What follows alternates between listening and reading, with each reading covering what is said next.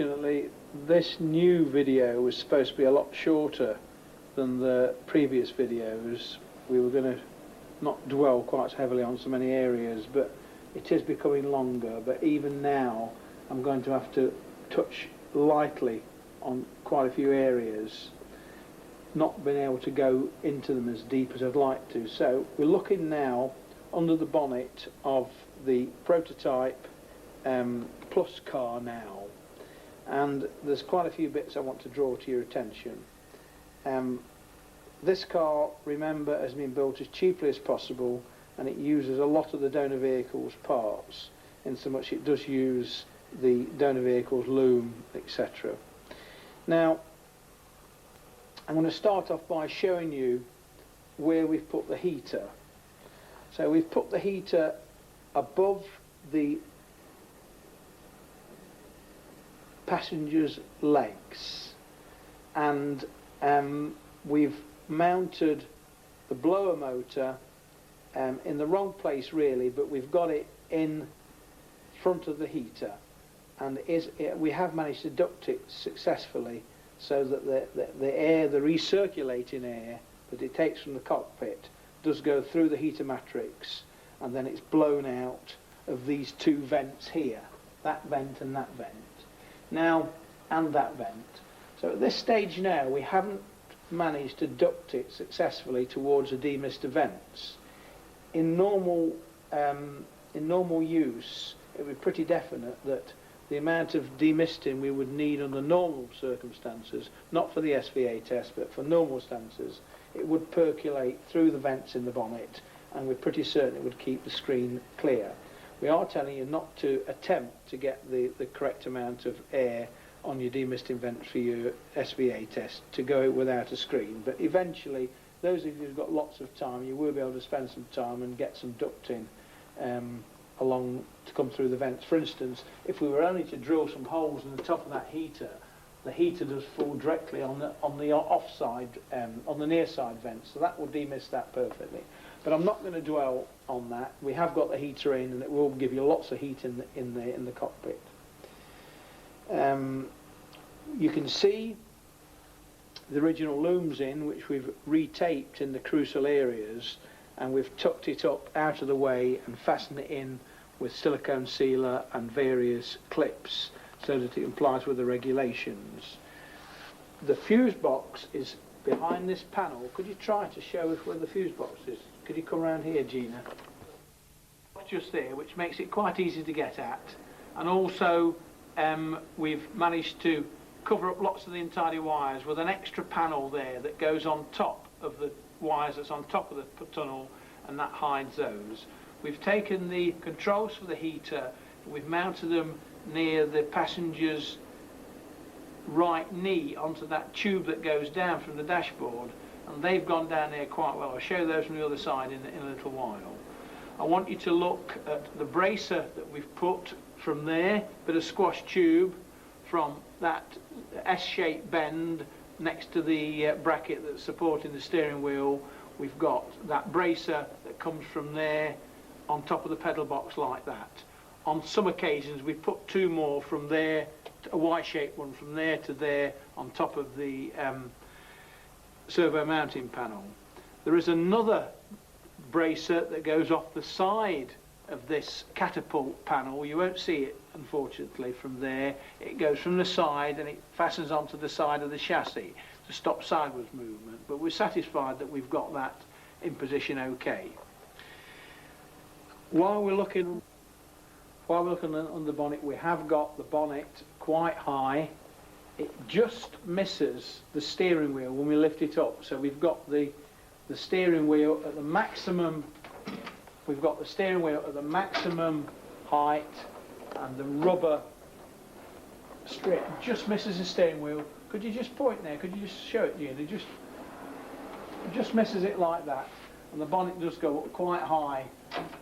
And then we've got a prop. In fact, it's got a little bit higher even like that. We've got a prop. We've made this from the original Ford Sierra bonnet prop, and then we've cut the top off the gas strut for the tailgate If you do that, be very careful. You're not supposed to cut them, so make sure you're wearing your goggles and gloves and overalls and everything, and you haven't got it compressed, you've got it pulled out. And we've cut the top off, and we've stuck the bonnet prop inside and just stuck it in with structural sealer. So that's made quite a long prop. In this case, we've chosen to leave the thermomodulated fan in the car, although we have had to trim the ends off it just to miss the steering shaft. In this case, we've chosen to leave the thermomodulated fan in the car as well as the electric fan, but obviously you won't really need both. And we've also managed to use the existing Ford Sierra top hose, though we have had to pull it back with a cable tie just there. The bonnet catch, yeah. With this system of the plus back suspension, you don't need the member that goes across there. We've put this bonnet catch directly on to the front square member that goes across there. You will need to make special brackets to support the radiator. That's important, and we could do with a bit of plastic pipe off the overflow there so it doesn't squirt all over the place when it boils up. The back, so you can see that the radiator is now in a different position. It goes down in between the two front members, and we've had to make some special brackets that has bent over 90 degrees to bolt the radiator in. Obviously you've got to fit the radiator in conjunction with the bonnet to make sure the bonnet clears it, and we've had to trim away the metal side from the radiator with some snips in order to get it in. And then again, in conjunction with fitting the bonnet, you've got to fit the radiator fan, the electric fan that you get in the plus back, and we've had to put a couple of pieces of angle sections in there to support the fan. But that is something you've got to make some bracketry to so the fan's in the right position.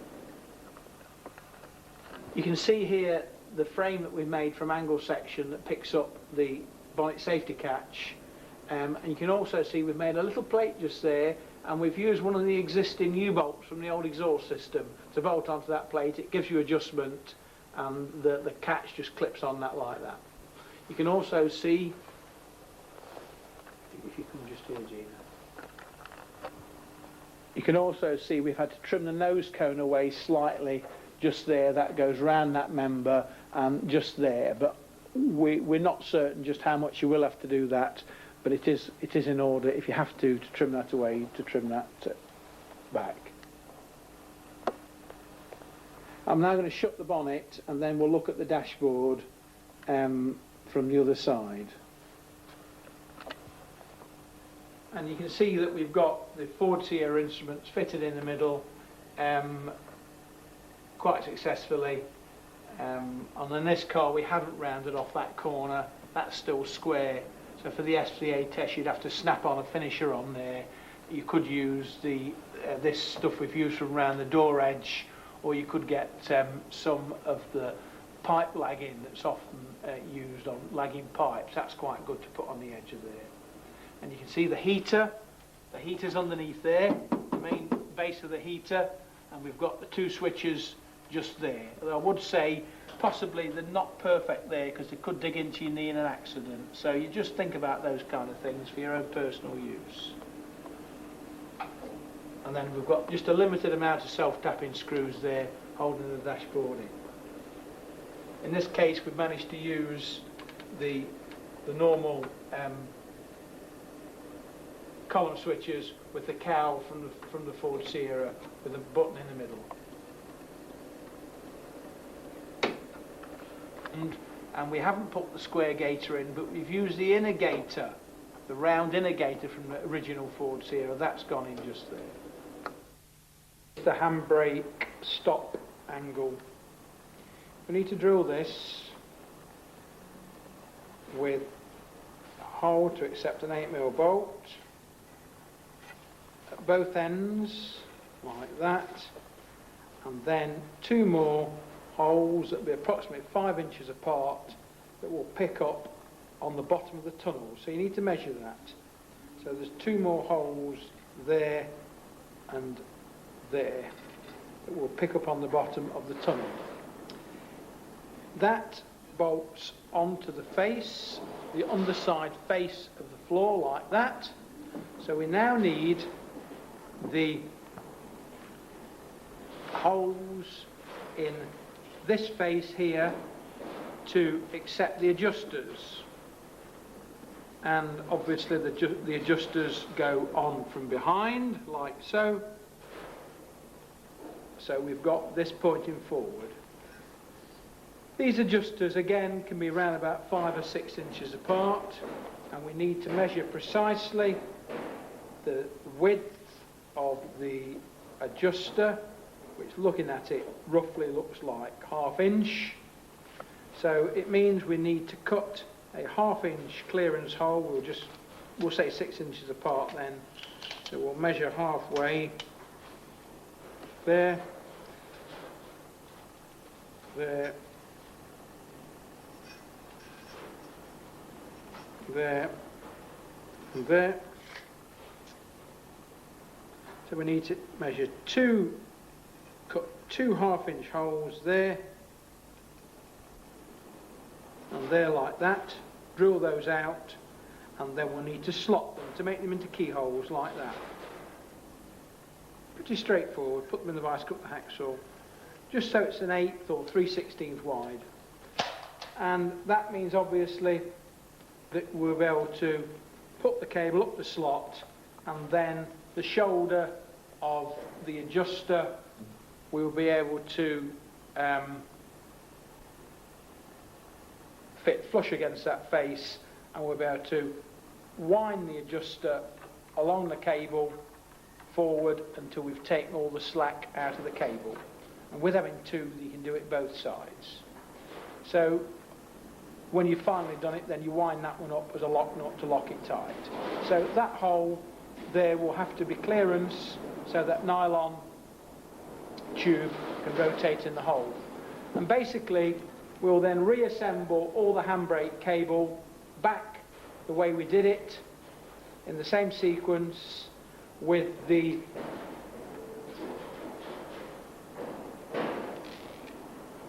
ends coming into the handbrake area of the rear shoes. So you'll see there's a nice metal spring clip that goes through the back plate of your brakes, and then this spring and cable with the little spacers all go into the brakes, and then the nipple then locks into the shoes of the handbrake. Now you'll notice I'm not dwelling on this area because you really need to look at this carefully yourself and understand how the brakes do work on the Ford Sierra. There's a slight problem that most of you will want to put new brake shoes or brake shoes and linings in the back. You'll buy these relatively cheaply, but unfortunately all the adjusters don't come with the brake shoes. So you've got a little bit of a difficult job to swap the adjusters over from the shoes. So you need to look at all that carefully before you take it to bits. To come to the side where we've cut off the end of the cable, this again in the same fashion, we get that pushed into the back plate of the brakes, and then we thread through all the cable. And basically if you do the side that's intact first, that'll give you the kind of idea of what you need to come through. You will obviously slack your adjusters off right as far back to the end of the cable as possible, and then you pull the outer cable, the inner cable, through the outer cable into the area behind the brake drum, and that'll be pulled through, and you've got around about 1 foot of cable that is obviously excess. So what will happen once you've pulled it through and you've got this is tight round the yoke of the cable, you've threaded all that through, you've pulled it through, you've got an excess amount of cable, you'll then get a Stanley knife and you'll strip back the nylon casing covering off the cable to expose the metal cable, and then you'll thread back, put the components back on that came off, obviously the spacers first, and then the spring, and then the last spacer, and then you need then to put a new nipple on the end. Well, quite simply, a little bit of a tricky job, but all you do is get an 8mm bolt and you cut the head off the bolt, and you cut the threaded part off the shank of the bolt to make a new nipple, similar in length to the one you've cut off. This is hexagon, but it doesn't matter. But an 8mm bolt is the correct diameter. So you'll cut that off, so it's around about 1/2 inch, 5/16 long. You'll put it in the vise, and you'll drill through it precisely right through the centre of it, right down the middle, with an 1/8 drill. And you'll find then that the inner cable, the metal cable, is exactly 3mm or 1/8 of an inch. You thread that over, so then you thread the nipple, you've made the barrel nipple, you thread that over the cable, and now you have to fix it on so that it doesn't pull off. There's several ways to do this. To be correct, you would silver solder this on, but obviously lots of you haven't got silver soldering or brazing facilities. You could braze it on, silver solder it on. After that, what we usually do is, we've got obviously welding facilities, we've got the MIG welding plant. All we do is get the MIG welding torch, and we just chase, we burn through the cable, the excess cable, with the MIG welding torch, and then we just chase a blob of material backward up the cable until we meet the nipple, and that diffuses on. Now, I know that lots of you won't have any of those facilities, so what you do then is you work out exactly where your nipple needs to be, you thread it back along the cable, and then you get a blunt chisel and a lump hammer and something like a small anvil, something quite substantial, and all you do is get your nipple and your blunt chisel and give it one almighty blow to crimp it on, and that does the trick. Obviously, once you've done this and you've got the whole system together, then you've substantially got to test it. Get your biggest, clumsiest mate, you know, the one that breaks everything, and say, hey pal, try that handbrake. Pull it on, and get to really pull it on hard. If he doesn't pull it off, then you know you've done the trick and you've done it well. But I will just emphasise on the fact that you do need to look at the whole brake system of the shoes and how they work clearly before you start this. And remember, you've got your little bit of your back against the wall, because it is a self-adjusting mechanism, and it doesn't always work that well. And sometimes you've got the problem that the brakes have worn that badly into the brake drums that there is a lip, and you've got difficulty getting the brake drums off because they've worn into the lip. But again, you'll just have to persevere with that, force them off. Brake drums are very, very reasonable. If anybody's stuck for any of these components, give us a shout, we can supply them at a reasonable cost, new brake drums. You will find, fortunately, there is a good side to all this, that the Ford Sierra does have a very efficient handbrake, and it does pass the SVA test very easily. See that we haven't got an alternator in this car. That, as you all know, is the alternator bracket. Basically, for the alternator to clear the steering shaft, you do need to make an adjustment, and that adjustment is that you take the alternator bracket off and you turn it upside down. If you then offer the alternator up to it, you will see that you do need to put a piece of threaded rod through the main fixing holes for the alternator and space it out with a little bit of tube, and that does move the alternator upwards. But the idea of the tube is that you bring all the pulleys in line. A little bit of a fiddly job. When you've done that, then you need to get the fixing bracket, the adjusting bracket, that's the one with the gigantic slot in it, and you do need to cut the end of that off. Now basically, the other thing that you need to do is to buy a new fan belt. Now the fan belt, I do believe, on the Ford Sierra is something like a number 900.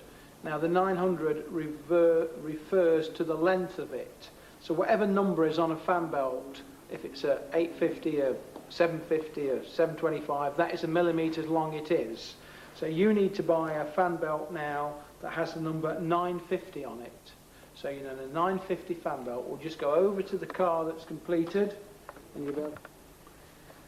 So you can see how we've taken the adjusting bracket, the original adjusting bracket, and from the start of the adjusting slot just there, we've cut the bracket off so that from the slot 2 inches of the slot is still available, and we've trapped the end of that bracket into the left-hand cam belt cover fixing stud, and we space that out from the engine so that it is all in line.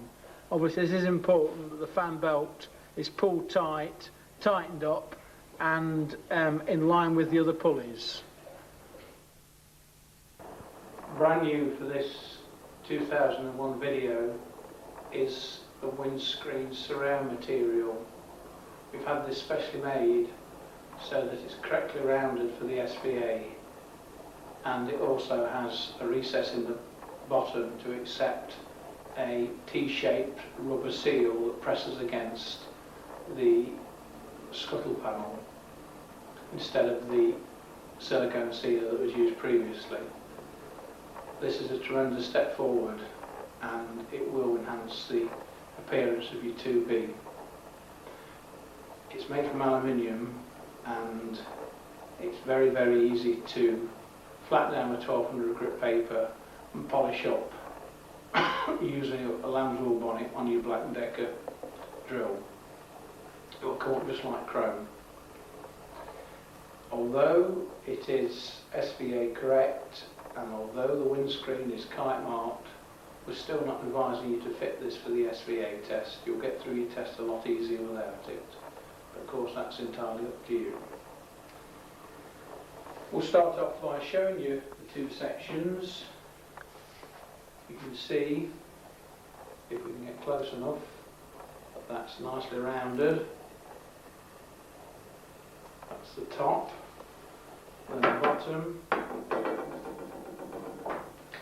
is rounded the same, but there is a T-shaped slot in it that we put into it, that T-shaped rubber seal, all of which you now get in the kit. That is unfortunately eroding our profit away.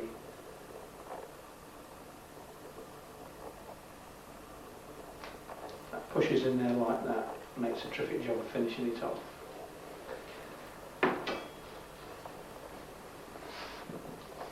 All the glass that you receive is toughened glass, and as I said before, it's kite marked. So just be careful not to slide this about on the bench too much to scratch it. Preferably put the kite mark down in the passenger side corner.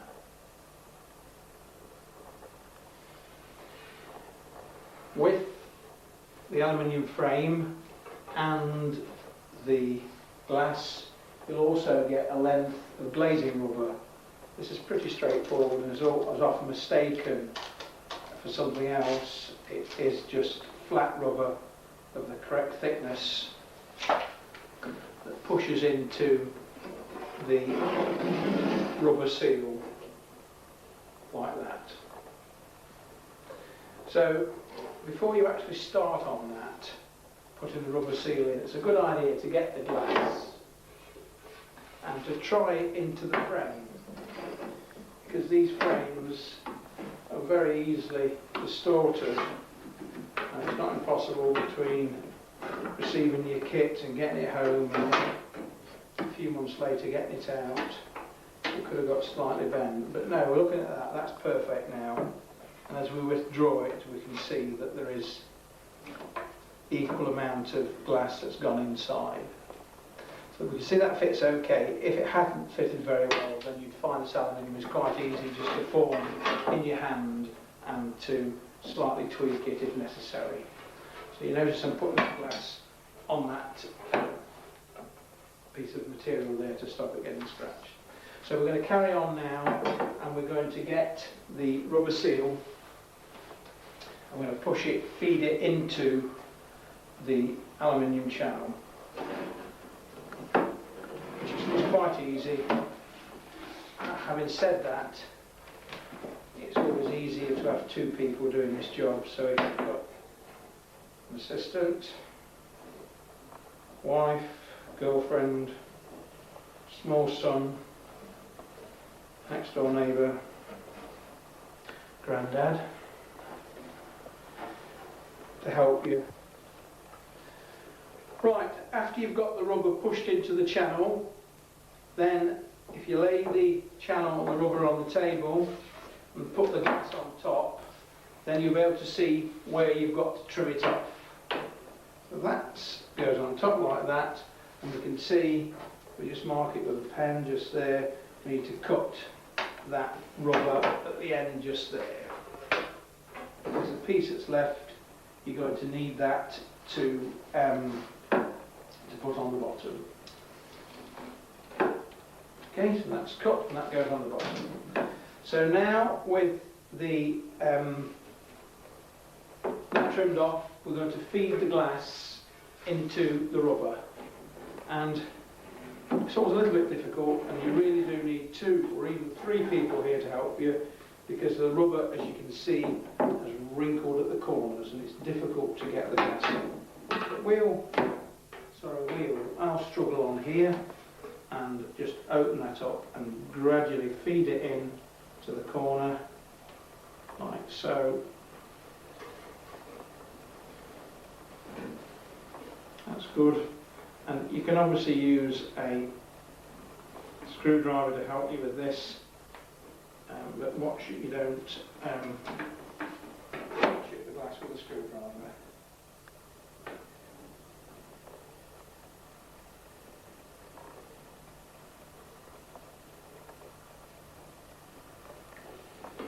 The extra pair of hands is really useful for just holding the rubber back in these corners as you push it down. Now, don't be tempted to put any washing up liquid on this, and don't be like so many of these 2B builders are. They want to be more royal than the king themselves and put mastic sealer on this, because it is really messy. There's no need for mastic sealer. You can this does seal okay without. So you can see that I'm struggling a bit to get the glass in the corners, to watching not to get it trapped, as I did just there. As I say, that helper would be really useful. Okay.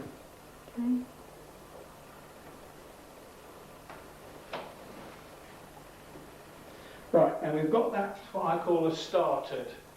And what I'm going to do now is to bang that like that down.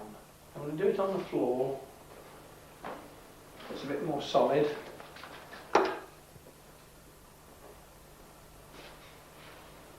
So with that started all the way, I'm going to gradually just tap that down like that, making sure that the rubber isn't trapped.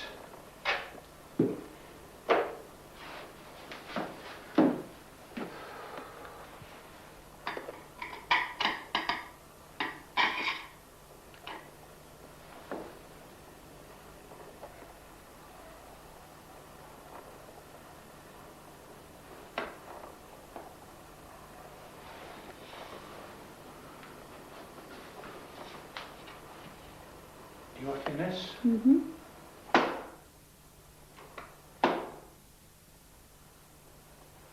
So holding the windscreen in with my thumbs, I'm banging that on a hard surface like that, but a carpeted surface to push the glass well into those corners. And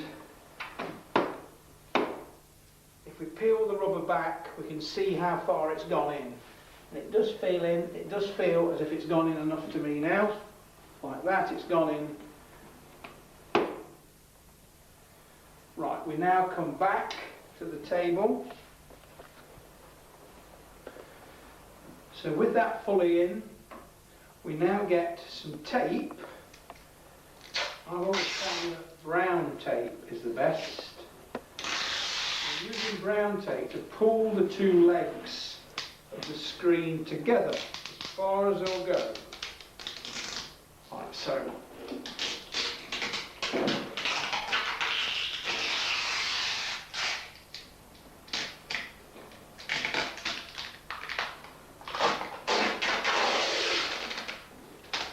Pulling those together.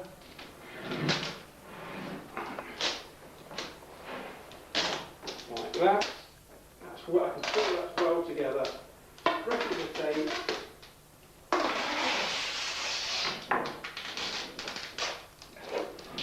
Like so.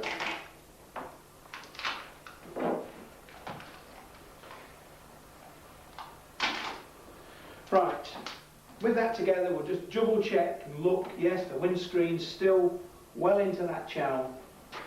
And the next thing we're going to do is just trim off these corners a little bit to expose around about ½ inch of glass.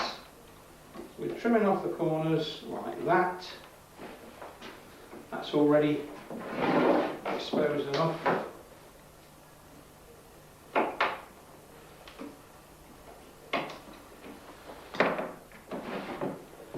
And now we're going to get the bottom windscreen rail, and we'll see that it's been formed, and we're now going to put this on the bottom, but first we'll lay it flat and we'll lay the glass on top of it like so.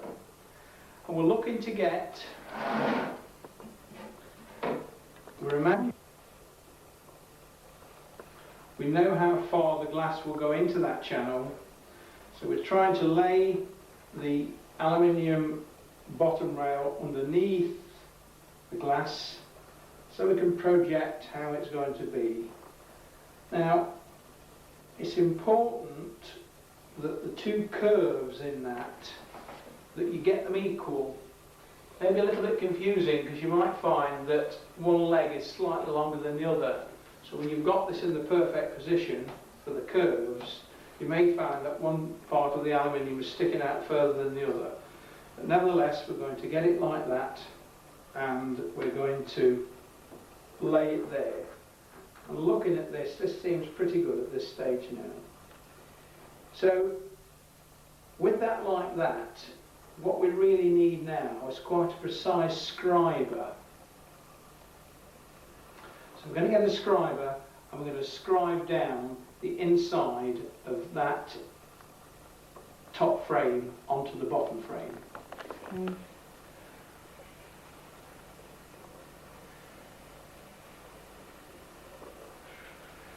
So with the aluminium placed onto the glass, and with these two curves there being identical, we're going to get a scriber, and I've just got a sharpened up self-tapping screw there. You can use a sharpened up screwdriver or any bit of tool steel or old drill. So we're scribing down the inside of that. Do it with a scriber rather than a felt tip pen because it's more precise. So we're scribing down there and we're scribing down there. We're taking the aluminium out and we're cutting off the two surplus ends. So I'll lift that off. I'll mark it with a marker so you can see it. So you, the viewers, can see it. So it's just like that and like that. I'm now going to get a hacksaw and square on as I can, I'm going to cut those two ends off.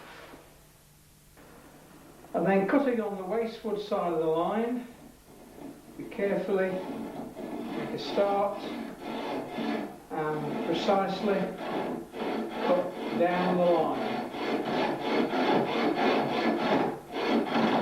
Now, this would be better if it was in a vise. If you do put it in a vise, make sure that you do put some soft claws in the vise so that you don't damage the aluminium. Be careful that the hacksaw blade doesn't slip and scratch the good bit that you want.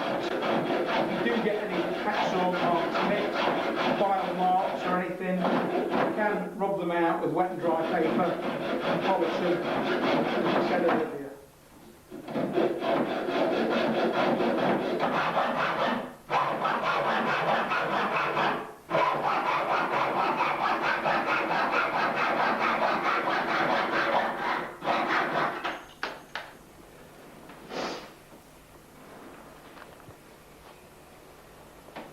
You'll notice that I have previously marked an X onto that leg and onto that, simply because there could be a slight difference in the angles of these two legs, and that was the side that we marked.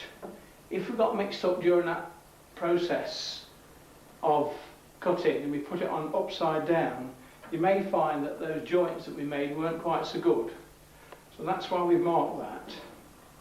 And in any event, we've looked at the frame, examined the frame before we put it together, and we've chosen the side that's of the highest quality to be of the front, where the kite mark writing is. So if there's any little imperfections in the aluminium, any marks that may show, then we've got them at the back.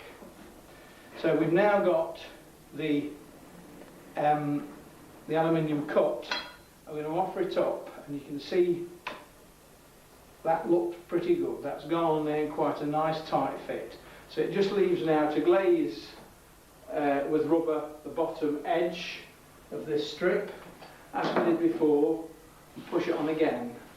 So we're making sure that's long enough, and starting at that end, just as we did previously, we're going to feed that into there. It's a good idea just to file the sharp corners, the rough corners off the ends of these where you've cut them. So we're feeding that. It's easier on the bottom, it's not nearly so difficult. We're feeding that rubber into that channel all the way along. Holding the rubber in the position it'll be when it's in the car like that, we then get a marker and we mark it at the end like that, where we want to cut it. So we mark it just like that so that we can snip that end off like so.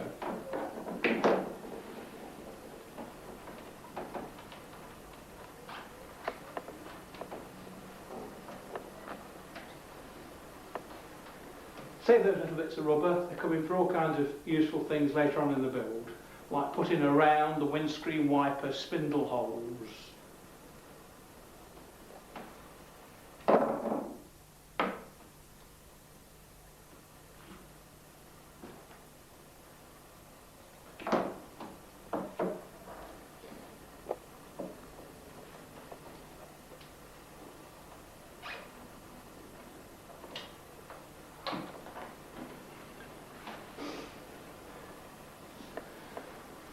So with that cut like that, and with the cross at the proper end, we're now going to feed this on.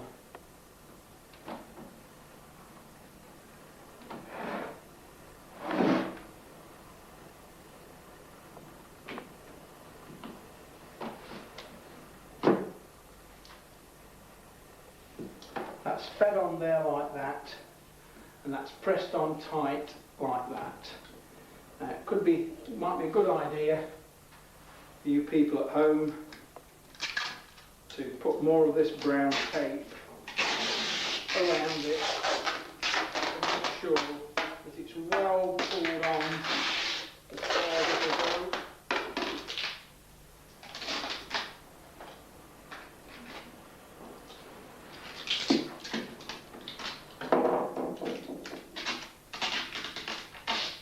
But I can feel that has gone well to the bottom. Marvellous stuff, this brown tape.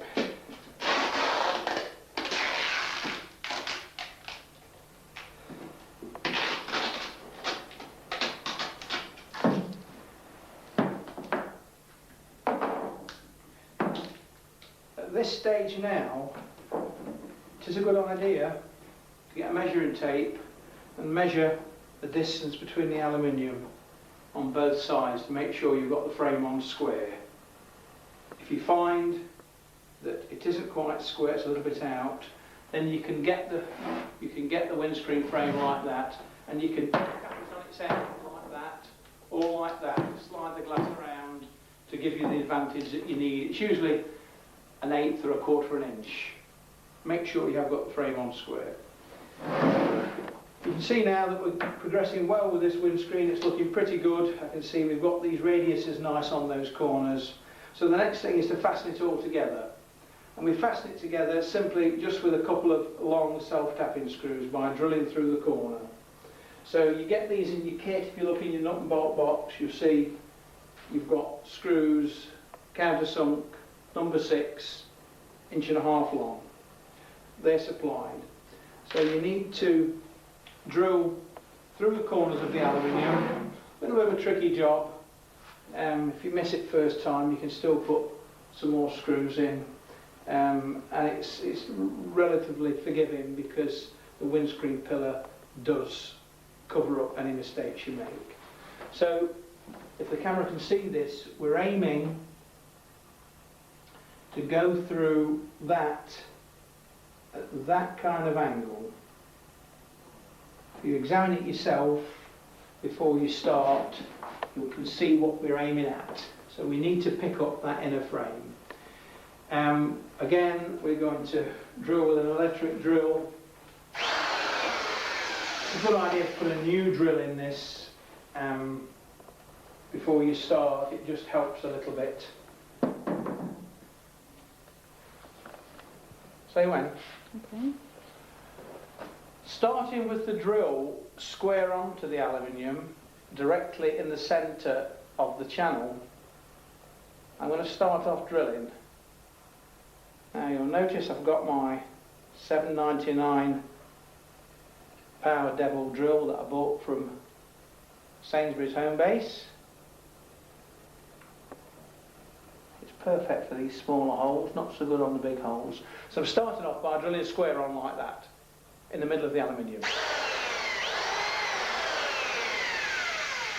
Once I've got started, I'm going to move my drill in line with the line I've marked.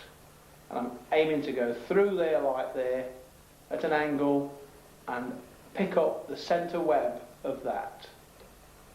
I'm also, with my finger, pressing against the bottom rail to line it up so it's level with the top rail.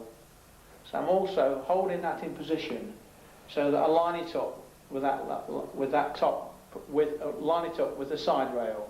So, can we see this, cameraman? Mm-hmm. Yeah. So I'm now going to drill right the way through the two.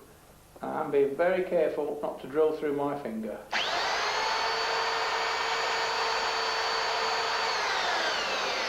That's through the first one. You could do with somebody crouching down at the drill level where the camera person is, just to tell you whether or not you've got that drill straight and level or not. Or you could mount a small spirit level on top of your drill. Cool, that'd be a good idea, wouldn't it, eh?